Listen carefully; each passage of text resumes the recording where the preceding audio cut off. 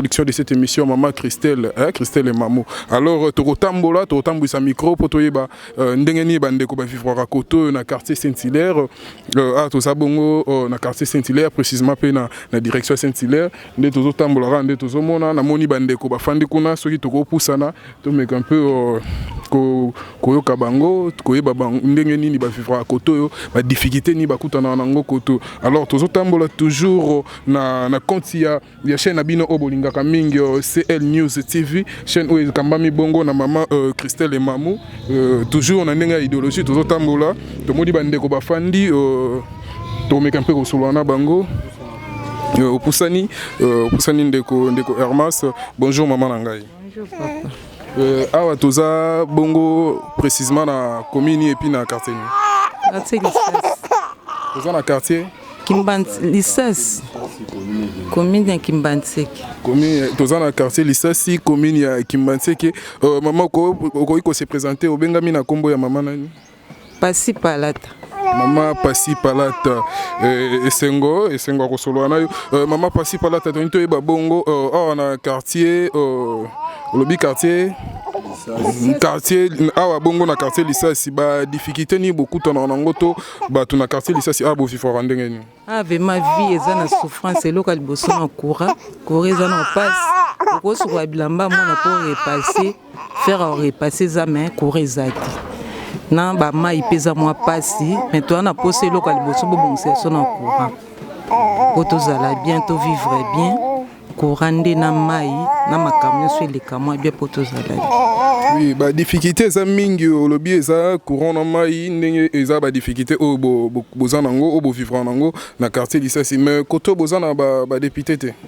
Ba député bazana bango mais ba kipara na ndenge o ya ba côté na bango bazali mais à part ça mpanzi na biso vraiment baza vemati mais tozana posa vraiment toro vraiment bosa la biso loka malamu na quartier Lissasi poto za malamu po lobi to beta témoignage na bina makasi. Bandeko bazolanda yo bazolanda partout dans le monde na bazolanda en Europe na Asie na Océanie na Amérique à travers chaîne Abisso CL News TV et puis à travers émission Masolo ya Congo message nini okoki ko lancer na ba konzi to na ba o ba mesana ko sunga batu bandeko tout baza partout dans le monde loka liboso na beta c'était pour na bino ba konzi vraiment bosalela ko sunga ka bino na bino te bandeko na bino te bosangisaka biso nyonso bosunga biso po lobi likambo na mine kende malamu so bosungaka bamambo bafamille na bino makambo etelema vima bien te tobeta bosala vima bongo po so bosala bongo ezala malamu ta lelo neti tokomi lelo na tiango lelo mwa badepute baprovincial lelo tokoma mona mwa image ya mwa malamu po tokoma mona lelo nakoki bakongo to kikwiti to trouver normal po prince babongiseli biso ebongo lelo biso na tiango nini kozala te po basala biso bongo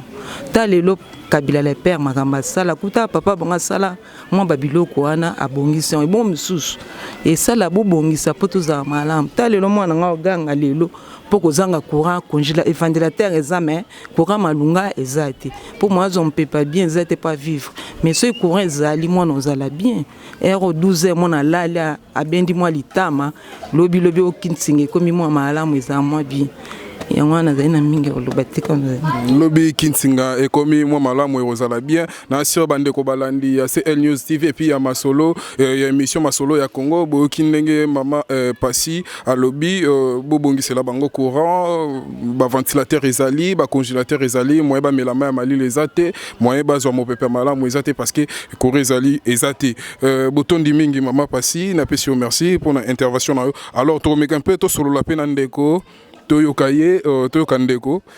Bonjour Ndeko Nangai. Bonjour. Kombo nani? Kombo nanga frère JR. Oui, frère JR. Oui, ça bongo émission Masolo ya Congo. Oui, ilanda makabongo na CL News TV.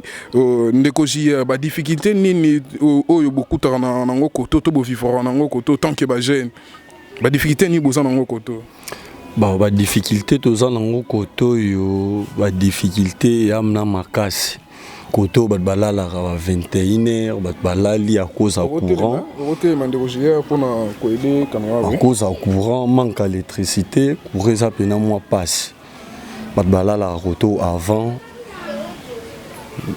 bana kuluna baza trop à cause courant zate ko kale batu na nzela ko sala ba talk show méchant à cause de manquement d'électricité.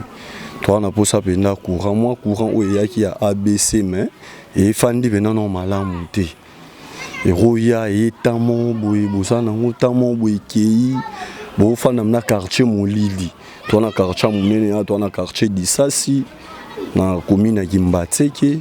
Mais le réseau ça biso passe kaka toi na quartier Kitoko ba vena Kitoko mais il y a pas d'électricité. Électricité pendezo zanga biso ba konzi ba ko même kota la ka oyo ba bongisela biso électricité pour to ko vivre vraiment malamu et comment à partir 21h ba tuda ba koti na banda ku balali bazo banga ko fanda na batana ba ku sata 22h libanda po ba criminel ba kuluna cause molili penele yima koto la police ezala raté la police ezali mais ba souciete eza pena musika par rapport à la population. Il faut que renforcer les biso ba souci pour sécurité ça la un peu malam. Sécurité pendant mon panzi na biso quartier d'Issasi ba souci eza musika ba souci eza muki. Faut ba konzi bata là-bas mais ko multiplier ba souci na quartier d'Issasi pour sécurité ça malam. À part ça toi na quartier Kitoko quartier peneza na ngo Kitoko mais lo ko zanga biso ka eza courant ya malam. Pour ifan. Oui, na sire bandeko balandi boyoki ndeko JR bazana ba on a quartier malamu quartier na bango eza kitoko mais difficulté na bango ya liboso eza bongo courant et ya mibale eza bongo insécurité eza totale balobi ba souci eza vraiment musika et yango ndezo sala et to ya criminalité ezala vraiment makasi na milieu oyo alors ndeko JR motuna nga mususu yali Koto en dehors il y a difficulté, il y a courant et puis il y a insécurité. Nazomona na sima awa bana basé belé makolongulu soki Montréal ko zolanga bango bana basé belé makolongulu classe saisongaki koto bana batanga raté. Bana batanga na bango place nyoso bana batanga. L'école malonga pesa koto. L'école malonga ezali to na école catholique ezali école privée ezali so caméra ko zula so bana ba outil classe. Bango yana bonjour et si gagnons so ils ont bana musu batanga tezo qui peut na possibilité au ba parents bazana yana ba famille musu bazangi manque a possibilité à otangisa bana ba o bazana possibilité bana batanga na bango mais majorité 600% bana batanga na bango ils occupé selon possibilité à ba parents. École catholique ni bozana ko zana école catholique to na ba Saint-Hilaire ba Saint-Médard ba Sainte-Croix l'école les anango l'école privée pesali ou enseignement pesa normal enseignement pesa normal je peux te quitter sur les champs au mon école Saint-Hilaire et ça wana élèves bazana kati bazozwa cours na bango kitoko.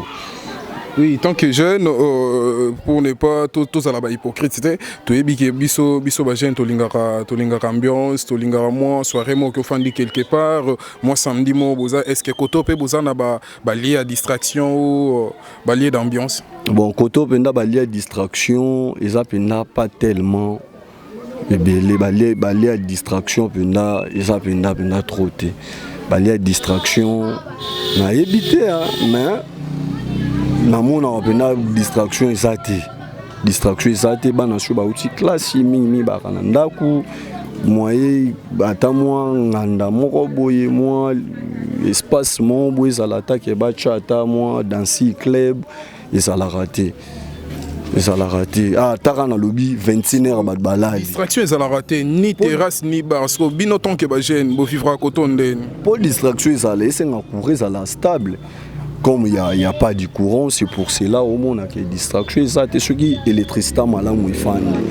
Moi, évolution qu'il y a, bah, fongola moi, bah, terrasse, moi, bah, dans cycle, pour ça la moins distraction. La difficulté na bino ya makasi au besoin d'en côté ça courant. Courant na courir fan di bien. ABC ya coacher la biso courant mais atinda rango comme tel était. Beaucoup fan d'aboyer moi 2 minutes, tant mon boy qui, botikali mon lili. Pour ça na biso bineza vena ki courir fanda stable pour bakba ko fongolela la biso moi ba activité ça la que quartier et évoluer tout ça na quartier malamu quartier ça kitoko ba venia kitoko mais lo que so sanga biso kaka électricité pour l'activité ça la nini il faut moi et logo ezozanga ba mingi ça électricité on a lancé directement appel na bakonzi na biso ya Sinel bakonzi ya Sinel bo lukapenda bo kitana quartier Lisasi précisément na commune ya Kimbantseke tout ça bongo na direction ya Saint-Hilaire si je me trompe pas bongo na direction ya Saint-Hilaire bo kitabo ya kotala bandeko bazo vivre vraiment na difficulté à courant mais baza na capitale na biso ya Kinshasa et ça vraiment qui est côté alors message na bio ya sukandeko jia pour na baenyo so bazo landa partout dans le monde entier parce que chaîne Abisso CL News TV est à la mara partout bandeko bazolanda yo ba mécène batambongo ba chaka mbongo na bonganje message ni ko lancer pour na quartier na bino nini basale ya bino na quartier na bino bon nga message na ngeza kaka ke bato bazalaka pena na posa ya kosunga population bao baza pena ba congolais de naissance naturel congolais ba mekana ko aider mboka na bango tonde to mona raison na bato mso ba mbongo bazaka na ba libanda ba mboka basalaka ba dona ba pays na bango bazo boîte ba hôtel na bazo tonga bazo soutenir ba mboka na bango kende malamu ndenge pe ya biso o nyonso azaka libanda Congo azana possible on a tout na eloko moko est-ce que muta mbongo moko boy so alobi penda zo mbongo na ya kotonga ba hôtel kotoyo ba restaurant des boîtes est-ce que ça sert penda qui a se retrouver pourquoi pas se retrouver quartier ça vaste ce qui mutu mo boache mbongo na anje ya kotonga zo lokola to na ba salon de coiffure te ya kotonga ba activité na ye ba salon de coiffure ba supermarché a kota mbongo parce que quartier ils en a ba supermarché té ils en a ba salon de coiffure té zamna na ba activité té pour activité ça laisser en recourir à la stable courir ça non défendre stabilité il faut courir à la stable pour ba activité ça message nanga nazo pesa ka et pas bateau bazana ba possibilité ba aider bena quartier Lisasi tout ça ba congolais mais na kata mboka lelo tout ça soit na 21e siècle mais Congo na ba quartier mususu eza na ba coin bazana na ba retard makambo belé pour na nini to ya pauvreté eza na makasi parce que ba congolais da ba soit possibilité ya rejoindre moi 100 francs ba meka ko aider bandeko na bango ba meka bina ko aider biso poto évoluer malamu pour bana bazwa pe éducation malamu et senga courir la pour bazaka na batang kotanga kaye ya kosa ko réviser ba notes bana ba réviser ba notes parce que il y a pas l'électricité.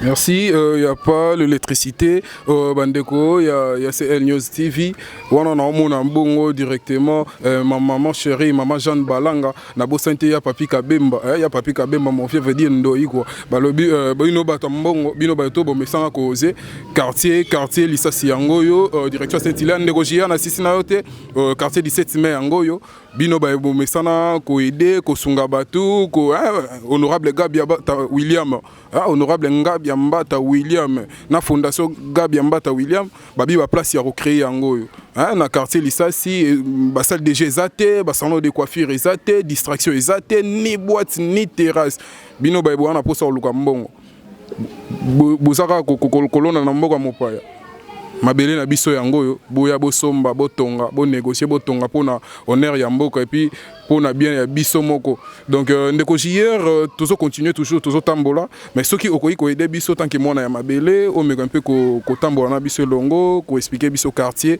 et ko ça la internet surtout il y a CL News TV plaisir pourquoi pas il y a émission Masolo ya Congo est-ce que okoyi aider biso to tambola ensemble comme ça to ba quartier malam problème ça a été de retambola, de visiter quartier. Ok, merci bye maman, maman Passito Tiki, tout ça continue toujours, sur toujours volontaire de Rogier, à quoi accompagner biso, to retambola vraiment, to e bandenge ni batu ba vivra na quartier Lisasi, précisément na direction ya Saint-Hilaire, na commune to sabongo na kobo sanate na commune ya Kimbantseke, babi commune e kenda sango commune ya Kimbantseke e bimisa batebele, na sur ce boyebi TV na biso ibu bacha ingenga za mwana mabelo yo, VC Nado. Moi, ma belle, elle chante au malembe, moi, ma belle, donc tout ça, bongo, tout ça continue toujours, tout le gâteau est bandé, bandé, qu'on va vivre vraiment côté, tout le tambola, tout ça, tambola, quoi. Merci aux hommes, côté, maman, n'habitez ce taureau, soit fait intervention à maman, taureau, intervention à maman, n'abisso, bonjour, maman. Et maman, Kombonani. Comment on a Béatrice? Oui, maman Béatrice, au Ezabongo, CL News TV, émission Masolo ya Congo. Tonto ba maman Béatrice, ndengeni ni bo vivre à Koto na quartier Nabino, quartier Lissassi et puis dans direction à Saint-Hilaire, précisément dans la commune à Kimbansege. Na ndenge na sens ni na Koto. La difficulté ni beaucoup dans bo vivre en Koto. Difficulté ma kasi penda Koto ezani. Tozana passe à courant, tozana molili, tozana lumière terre. Tozana kokele la lumière ezate. Lumière ezate, bozana kokele la message na yo okoki ko lancer na bato oyo ba message na kosunga bato ba député pour Kalamingi PTA ba élection message ni ko lancer na ba imboka. Batiela biso courant soki lumière ezali moi misala mike o esala makana maboko ekoyi kosunga ekomona na ekozala yeto ekosunga biso na nzela kotangisa pe bana pe na nzela kolia misala soki courant ezali misala etambola emona na kabato ko sude bazo sude moi biloko mike bazoteka bajiba biloko nyonso bazoteka soki ozocha moi mai ekosunga biso kaka pona kotangisa pe bana. On a content qui s'appelle en dehors il y a difficulté au besoin ya courant, difficulté musoni no bo vivre à Koto. Pas ya kolia soki misale ezali nde tokozwa moi mike na biso poto sungama. Pas ya kolia na sio tomoni mama ozokalinga mbisi o bongo eza na kikalungo bongo zoteka moko na combien? Moko 300. Moko 300 francs. Nasi bandeko balandi soki ndeko Hermas Léopard soko filmer kikalungo wana bandeko ba imboka bazali bana mboka batala ndenge nini na kino bandeko bakino baso vivre précisément na commune ya Kimbanseke na direction ya Saint-Hilaire na quartier Lissassi ndenge ni bato baso vivre Koto bino ba bozo mbongo na bino bozo bebisango na ba ambiance na poto bo se distraire pour rien mais quelque part bandeko bazo souffrir to aider ba ONG wana nazo lancer message na honorable Gabi Mbata William et puis la fondation Gabi Mbata William honorable ba place roya robeta to ya roya kosunga yango. Alors maman dernier message na yo ko lo banene pona ba union so bazolanda o libanda mboka et puis précisément na ba kondina biso ya sine et puis ba kondina biso mboka basunga biso na nzela courant tozana na passe longwa prince kuna poto koma chikoto bakoyi ko fongola nzela moko neti ba boakele biso ata terre jaune transport réseau tambola biso to ko tambola bien poto bima poto zonga boy. Merci maman botondi mingi pour na temps yo na sir bandeko balandi bo comprendre difficulté oyo bandeko baso vivre Koto yo eza penda difficulté za mingi balobi kolongwa na prince tiko kota boye impossibilité za vraiment totale donc ceux qui bakonza mboka bokoki ko bwakela bango ata mabele mo oyo ko longola bango banda prince tiko kota na bongo na quartier Lissassi na direction ya Saint-Hilaire précisément toujours na commune ya Kimbanseke. Alors toso continuer to kende to découvrir bongo ba école ni eza Koto yo ndeni bato ba vivre ka Koto yo est-ce que Koto yo ba jeune ba vivre ndenge ni ba évoluer ndenge ni est-ce que Koto eza pe na ba couturière makasi ou ba couturière makasi ba activité makasi eza Koto. Alors awa to boni bongo maman na biso la couturière to lukato to solo na yepe to ba est-ce que Koto masolongo pe ya couture et futaka ba difficulté ni pe ba vivre à Koto tant que couturière. Bonjour maman. Bonjour papa. Comment on maman nangai? Mélanie Katunda.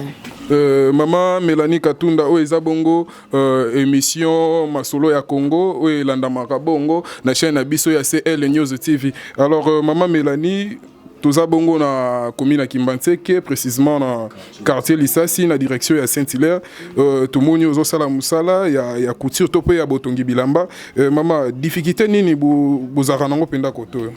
Difficulté musala esala manango mais ba possibilité batu kopesa ndenge ke milliers tozali eza malamu te c'est que difficulté za kama mbongo difficulté za makasi mambo mbongo. Est-ce que Koto pe batu basomba batongisaka pe bilamba pena ndenge sengeni batongisa na bango mais mbongo na bango nde bambo moka ya mikie.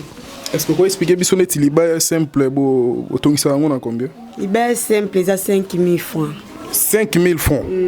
Et bon ce que 5 mois complication ndenge bo sala. Complication $10, $15, 8000 francs, 10 000 francs, Ça dépend quand il y a complication. Bon, eza critique tende to moneli million est-ce que ndenge bochaka pe $10 to pe ba tongisa pe na $10 bazali. Donc ça mais mingi ya maternité na $10 wana. Parce que difficulté no nini ya makasi na musala oyo par rapport ya milieu zali. Kasi difficulté yango wana osa musala makasi. Oyo sengeli ke ozwa mbongo mo pe ya bien mais mbongo ba pesa malunga te. Mais pour na bolingo ya quartier na yo ozakaka osala ya bon musala. Na vanti na kapoka ta dana mesa dana kakchang. Yango na osala kaka. So message nini okoki ko lancer na bae o nyonso bachaka bambongo na bango anje oyo bato ba mesana ko sunga bato na ba ONG parce que vous en a talent tous monde na ba œuvre o sali message nini ko lancer na bato mbongo wana to ba mesana ko sunga bato. Bato ba sunga bato wana ezake ba pesa bato pe misala. Ba pesa bato mbongo teneti ONG wana ezalaka ba pesio lokwa ba machine. Quand ba pesio ba machine yana ba machine yana desko eboti mbongo. Sikoyo ezate ke ba pesio mbongo oyo zimbongo salelo lete o sala activité mo boy. Po ebenga pe bato baya na mbongo. So pour lancer message nini pour na neti mama na biso mama Christelle Mamou mama Jeanne Balanga honorable Ngabia Mbata William baza bato basungara bato pour na yo ko yebisa bango nini message na nini vraiment ko lancer pour na bango. Kasi lisungi la bango eza neti mutu azosala neti biso to sala boy. ONG esala ke eye neti na ba machine. Ali ba machine yana bana baotinda bana baoyekola c'est que machine yana etika neti na mutu olakisa bana. Après ça sikoyo bana na tongo bakoyekola bakei après ça ba machine yana etika lisikoyo ya mutu wana. Sikoyo ko mosela ngombo. Alors maman na ngai lobana ya suka. Lobana ya suka lobini. Liloba suka kasi lobana ya suka ngwana dana suki siti. Merci maman lilobana ya suka ya ngwana suki si déjà na sur honorable Ngabia Mbata William et puis na fondation Mobimba Ngabia Mbata William to uti kolanda mama beza pena na posa ba machine ce que sengi cours a pesa cours a expliquer la qui sa couture a démontrer couture donc azana est capable de ça musala wana mais juste beau sunga et maman Christelle Mamou babio mesana ko sunga osunga ba orphelin ba orpheline bandeko bango yo kotoyo ceux qui peuvent koki ko beta tour ya kotala pe bandeko et ko sala bien pourquoi pas na maman Jeanne Balanga maman mesana ko sunga et puis na maman Chidibi Sophie na bosani bongote Naomi Kangemi alors toujours na ndenga idéologie tozo continuer tozo tambola musale zo salama na sirozomona alors tozo poussa na bongo tina école Saint-Hilaire tokende pe toyeba ndenge nini bandeko bana na biso ya koto batangaka ba difficulté nini koto yo oyo bakutana nango na beti na bango alors tozi moi pause moké et puis tokozonga pona continuité ya émission na bi. Oui. Merci toujours na ebisaki bino tozo continuer kaka tozo continuer bomoni to telemi seke to moni mama longa to meka pe ko solo na papa na biso bonjour papa. Bonjour. Comment on a ndeko? Comment on a lycéen? Pardon? Lycéen. Lycéen ndeko lycéen. Oui, ndeko lycéen to moni yo zo sala banzungu. Yebisa biso sala ngo na ndengeni. To sala ngo kaza fabri yango na sala ka musala oyo po esunga libota oto boti na ba final bana classe. Na ndenge bana classe ba tanga o yango to sala musala oyo. Osala musala oyo zo tangisa bana classe ozana combien de enfants? Nazala 4 enfants. 4 enfants. Osali combien des années na musala oyo? Na musala ça 3 ans. 3 ans déjà na musala oyo c'est trop donc expérience ali. Ba difficulté ni okutana na musala oyo. Na musala openza bon. Difficulté nazala openza pasi ga do musala ga bio to sala musala izala ga pasi to loya kuluka. Tu le vois musala oyo mbongo ndio izala yebona kate ba matière comme cher 1000 francs ba 1 kilo 1000 francs ozomona donc pasi ozola moi 2 kilos sali ka nde wana kaka ya yango to sala musala oyo so koyebisa biso po ekoma boye ndenge ekomi boye bosala yango na matière ni tosala na aluminium tosala na aluminium yango tosala musala oyo bosala yango na aluminium oyo tomoni kuna oyo ozosala boye eza nini okoki koexplike biso phénomène ndenge nini musala ozosala mpona nini nde ozobalola mpona souffrance kaka ti non nabi ndenge ozobalola awa mpo esala nini po ebimisa banzungu po ebimisa musala oyo nasalaka yango po ebimisa nzungu alors ndeko na biso toza bongo na quartier nini kingasani ya kimpioka Avenue Kimpioka, quartier Lissasi. Bon, na quartier Lissasi, bah difficulté ni bo vivre en koto, difficulté na bino makasi ça vraiment. Vraiment koto yo ennemi bazo kutumisa biso mingi vraiment ndelo za boy penza parce que ya courant ezate on to vivre là boy kaka. Courant ezate. Bon, ezaka passe. Difficulté na bino makasi ça ka courant. Courant ezate. Message ni ko lancer pour na ba continue biso ya Sinel et puis ba konzamboko ba Holanda yo. Siko na sala ndenge ka bango ka bazo soulager biso. Bon bazo ya raté. Sala ba mai ndenge kanga ba mai bakanga biso mai wana mai ezo ebimagate mai ebimagate bakanga biso mai. Déjà la passe kaka. Donc koto bozali sous à part difficulté à courant oza sous na difficulté mai na quartier na avenue Kimpioka. Na quartier na biso na biso na quartier na biso. Surtout na parcelle na biso za na mai te. Donc souffrir fort na côté ya mai. Donc so mai osomba ko mona pe mai kanga ba place bozo ko mona ko bokena na ba fongo waro zo bido moko boso la bilamba obe bana ba solo be ba sala ndenge. Déjà la passe. Dernier message na yo on a ba continue et puis ba tunyo so ba Holanda yo. Vaya ba usunga biso ba tele biso mai. Parce que ezaka wana ba tele biso mai. Oui, merci ndeko na ngai ndeko asengi na bakonza mboka boya kochela bango mai mais bandeko na ngai Sinel. Nasi bomona nde to sala musala na samoi. Bozo mona nde to zotoka.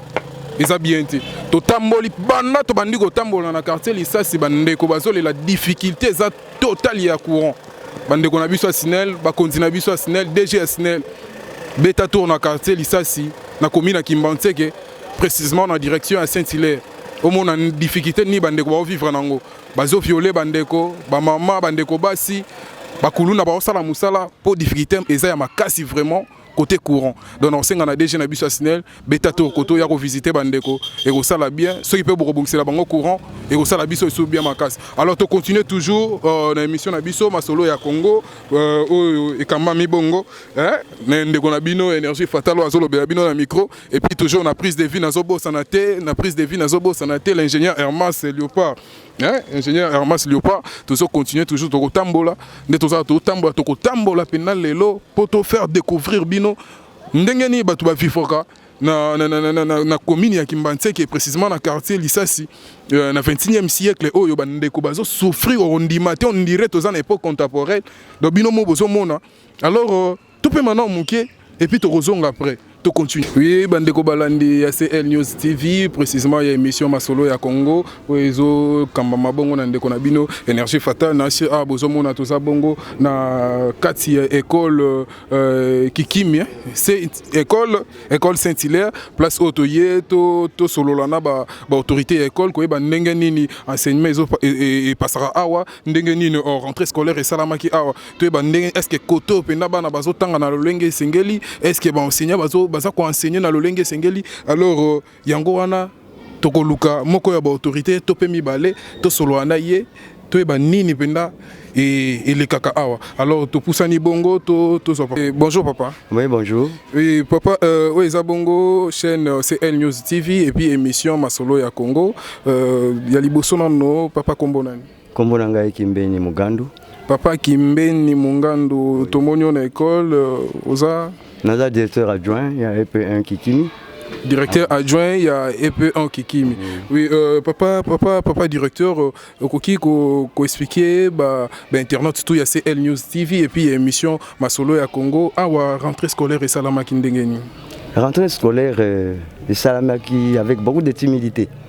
Timidité parce que oyebi na kozanga kozwa ya baboti et poso ya libandela nyonso ibana bazala kite. Poso ya mibale nde to yokozwa mwa ndambo ya bana nde kozonga na bango to bandi koyamba bango muke ndenge baza pe wana bafuti nano ata frère moko te. Alors possibilité ya parents ya awa il faut ateka misili, il faut ateka koni, il faut donc tout ça pour na kusomba uniforme bana balata ba na école c'est pas question il y a vite fait. Alors c'est ça même frais scolaire. Ti tango to kuma na réunion des parents ici ka ba foot à frais exigé par le gouverneur et kozala au moins kozwa moins ngonga pour avoir bisto kuma quand même fin de l'année il y a des enfants qui ba fouti na noté même frais scolaires il y a toute l'année mais nous les supportons Tout ça, même la bulletin de l'année passée, je veux dire que Bana Basili Simboula, moi, je vais faire Lukango, exact. Nous en avons ici. Donc, moi, à Silici classe, mais à Zui bulletin, à Tikan pour la difficulté, il y a frais scolaire. Difficulté, il y a frais scolaire. Alors, c'est comme ça, biso, Tokotala, ceux qui ont à manifester bonne volonté, qui ont au Lukango. Mais là, je récupérer moi, que tout le monde est à l'école. Ben, moi, je suis à la frais scolaire l'année passée, le passé est passé. Et puis, total, l'année où je suis géré. Oui, autant l'année on est beaucoup géré. Papa directeur, comment expliquer balandi émission masolo ya Congo difficulté ni vraiment besoin nango na quartier na bino à propos ya na tout cas dans domaine ya enseignement difficulté makasi ni ezan penda koto. Dans le domaine de l'enseignement en République démocratique du Congo, pas particulièrement chez nous, échelon où il y a biso, il y a 1/10 de notre salaire. Tout bénéficiaire en côté, c'est une difficulté. Biso ici, année à pension, salaire na biso, ils en a retraité na kati. 1/10 toujours raté de notre salaire. C'est ça la base. Et puis les deux. Biso, tous en a difficulté makasi. Baba no toujours tant que ça biso lelo ba komi bankoko. Baza ce bana ya légitimité. Ce sont nos petits-fils, nos petites-filles. Et puis, les parents, dans les qui cherchent. Et puis, peut-être les batindaka. Bakoko wana pe ba utiliser yango na ndenge na bango. Oui, enseignement côté et ça m'a vraiment tout le monde dans la communauté, na Gombe, par-ci par-là, enseignement pendezo ça m'a normal. Très bien suivi, l'enseignement, c'est notre domaine. Toujours salamou sala oyo, les alliés impeccables. Dans le sens que tu répartir matière hebdomadaire, mensuel, avant de démarrer l'enseignement. Et l'enseignement est contrôlé. Moussa et Abisso directeur, nous sommes là pour encadrer, former et contrôler. Il faut qu'on remplisse le Misalawana. Ceux qui ont salé en côté, les inspecteurs, les visiteurs que vous êtes, ceux qui ont l'équipe, et que, ok, ikuna, ok, okuta moulaxisi à la lanaï. To ok, ikuna, moulaxazate, to bana bazaite, on repose une question. Mais alors, je vais vous dire que l'enseignement, c'est l'enseignement du Congo. Donc, Mboka Oyo, ils allaient à Bisso. Banana Bisso, il faut tout le temps sabango. Mais, tous allés au Senga, pena bakonzi, baye, bake Bisso, tous allés à la base.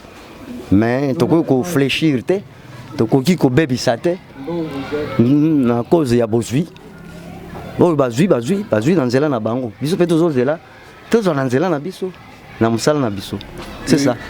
Bazui, bino pe bozo zela, bozo lanzela na bino. Oui, tozo continue toujours, papa directeur, tant que papa, il y a quartier quartier Lissassi, quartier Fumukento. Ah, tu commis déjà dans quartier Fumukento.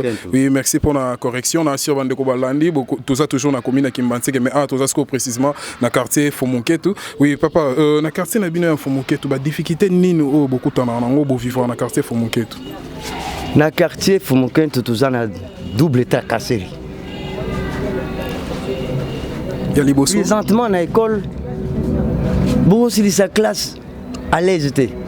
Les joueurs, les petites équipes du quartier, c'est ça la grande école du milieu. Ils envahir l'école, ils bêtent balle, parfois sans autorisation même, il y a autorité. Et bien ça c'est un. De deux, petits délinquants, malgré que ça commence un peu à diminuer, et puis tracasserie, ils ont caché, dans ce sens que ils m'ont dit qu'ils ont se formé à travers les rues. Ils ont dit qu'ils ont la porte à l'école. Ça, c'est un envahissement bizarre. Et alors, on a ici que d'un moment à l'autre, ça peut s'améliorer. D'un moment à l'autre, ça peut s'améliorer. Merci papa. Dernièrement, ton message au Koï lancé, na ba Konzamboka et puis na ba autorité ya EPSP, message ni au lancé et puis na ba union so bazolanda libanda mboka bato o ba mesana ko aider ba autorité tout ça. Oui, message fort, c'est de prendre l'enseignement comme on prend aussi la musique. Musique, ils allient, le fléau. Ils ont fléau, ils allient pris au-dessus de notre domaine de l'enseignement. Donc, football, c'est bien acclamé, mais l'enseignement, non. Et alors, c'est pourquoi donner l'importance à l'enseignement, parce que moi, dans le Congo, il faut que je me Congo. Surtout que nous sommes dans la périphérie de la ville, se sentir couranté, dans une grande école de 4 écoles comme ça. Un complexe de 4 écoles sans courant, sans l'eau potable, c'est une insécurité criante. Et puis, les brigands, les menacés, les travailleurs, les portes, des fenêtres, ainsi de suite. Pour aménager, pour arranger, il faut effort. Il y a chef d'établissement dans les frais où il y a versé à débourser pour infrastructure. Voilà un peu les grandes lignes. Oui, merci papa directeur. Natondio Botondi Mingi pour la patience et puis autorisation Oyo au PC Poto Tosanayo émission et Sengo Mingi na ebiki Touriambala ya sima poto meka un peu ko solo là tu es pas penda ba difficulté na bino ya makasi za la kanini nini beaucoup tana nango nini pe esengi pour na école Oyo Natondio Botondi Mingi. Merci papa. Ngainde Natondio Mingi. Merci papa. Merci. Merci bandeko ya CL News TV, merci na bandeko ya émission oyo masolo ya Congo to komenga pe ko pusana to e basiko yo wenze koto yo bato ba vivre kwa ndenge ni bazolia bazolata bazomela mais o eza primordial eza kolia pour moto aliété babi ventre affamé n'a pas d'oreille moto aliété ako sala musala te ako tangata ako tambola te alors to poussa na mketo ba bateau baza koto yo ba vivre ndenge nini wenze na bango ya koto eza rande to poussa na to za image à wenze et puis to clôturer émission mokona lelo. Merci bandeko balandi ya CL News TV et puis émission na bino masolo ya Congo kande na ebisaki bino a to za bongo na wenze ya Saint-Hilaire wenze oyo simbi quartier oyo mobimbe simbi commune ya Kimbantie ke quartier Lisasi quartier Saint-Hilaire donc babi wenzo esimbi yangoyo na sur bakonzamboka bino mobotala quartier monene boye wenzeni oyo bandeko na biso ba vivre na yango alors to remeka un peu to zo ba intervenant to zo ba intervention ya batu to ba difficulté ni eza kotoyo ba difficulté ni ba vivre na wenzena bango to poussa ni mo muke kotoyo mbote papa mbote kombo na papa na biso kombo na nga Willy baba mo makasi papa kombo Willy Papa Willy, au fandi na quartier. Tova na Fumukento, quartier Fumukento. Oui, Papa Willy, au fandi na quartier Fumukento. Quartier Nabino Munene, quartier Fumukento, quartier Lisasi, quartier Saint-Hilaire. Donc, Wenze et Sangisi, 3 quartiers ango. Difficulté ni beaucoup en ango penda. Bon, difficulté tout ça dans le bossé ça comme courant na insécurité za makasi bon na wenzango peza okufa donc za ko bonsate voilà. Donc difficulté à makasi ezali courant bosana courant malongate et puis wenza malongate est-ce que message ni ko lancer pour na bakonza mboka o ba Holanda yo. Bon ba bati la biso sécurité deuxièmement ba renouveler wenza mukina ko lo bangwana. Merci Papa Willy. Oui, Papa Willy, à lobby mokose mais à lobby mambo ils a vraiment motuya, bobongise la bango, wenze et puis courant on a sur bande ko balandi bakonza yasnel tozo beta toujours c'était na obeta makasi parce que partout tozo tambola bande ko bazoli la courir ezate et puis insécurité bakonza mboka bonsoir mam na bino na maboko. Alors to pusani bongo to moni mama mbote mama mbote kombo na mama Luwenzo Maman Lungwenzo. Luwenzo Honorine. Maman Luwenzo Honorine. Maman Luwenzo Honorine a toza bongo na commune à Kimbantie précisément à quartier ni. Awa toza na wenze tandenge tozali ba mesa kitoko te eloko moko te tono ke la mbula courant ezate moya kota l'information na TV ezate to mona passe mingi pona courant. Courant ezate wenza malamu te wenze oyo esimbi combien de quartiers? Toza awa banda Saint-Hilaire ti banda Fumukento ti Nzoko bayaka pe boye mais moye ba yezate tala bisika ndenge ezali moye ba ya ezate tala wenze sika ezali wenze o esimbi 5 quartiers pona yo message nini okoki ko lancer pona bakonza mboka na biso ba bongisa biso pona courant toza na courant te pamba te bato mabe bazo vandela biso ti bisika oyo baza ko menacer biso bato mabe baleki mingi na quartier oyo. Merci. Merci maman bato mabe baleki mingi na quartier oyo. Alors dernier message na yo. L'État azwa mokano pona likambo oyo. Po liboso na kisasa tozalaki boye te. Tokovana na kimia te, tokomela na kimia te. Donc dérangement ozomona tina bandako. Merci Maman Honorine. Oui.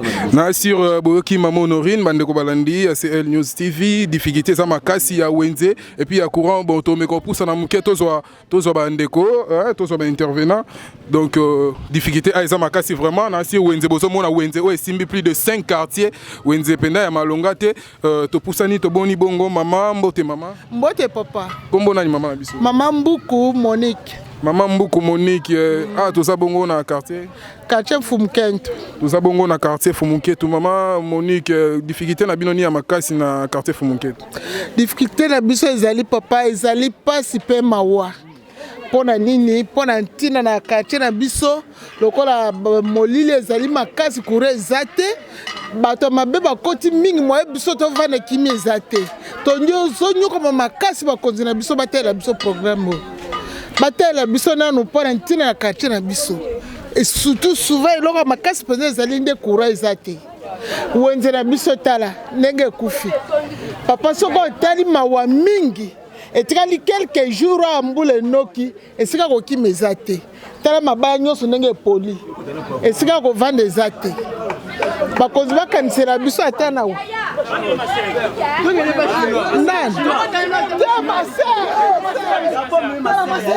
Merci, merci Bandeko Balandi. Vous comprendre toujours et ça la réalité parce qu'on est en direct. Vous avez la réalité autour vivre bongo na quartier Fumukentu. Na si boyoki intervention maman si ça ekolobate mais to clôturer la maman dernier mot na yo ton message na suka pona ba konzi bazolanda.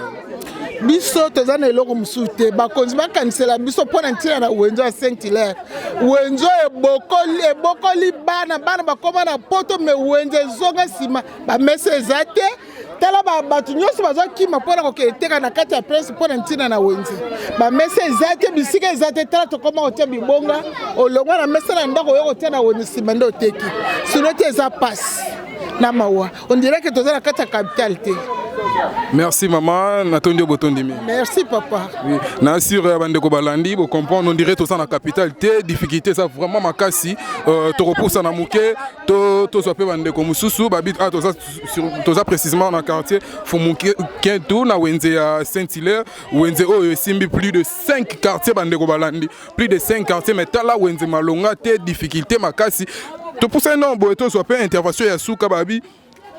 Koto yo tout eza na couturier moko un modéliste moko babi yende muta simbi asimbi quartier nyonso yende mutu osala pena mambo ezomonana to pusani bongo to meka ko solo na ye to meka pe ko yoka ye hein. Bonjour papa. Bonjour papa. Les grands célèbres.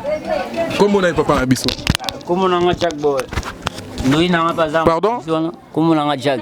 Oui, monsieur Jack Bauer, tout ça précisément, ouais. Toana Kingasani Yasuka, précisément à Saint-Hilaire, na Kati, Benano, on est à côté des cités de l'espoir.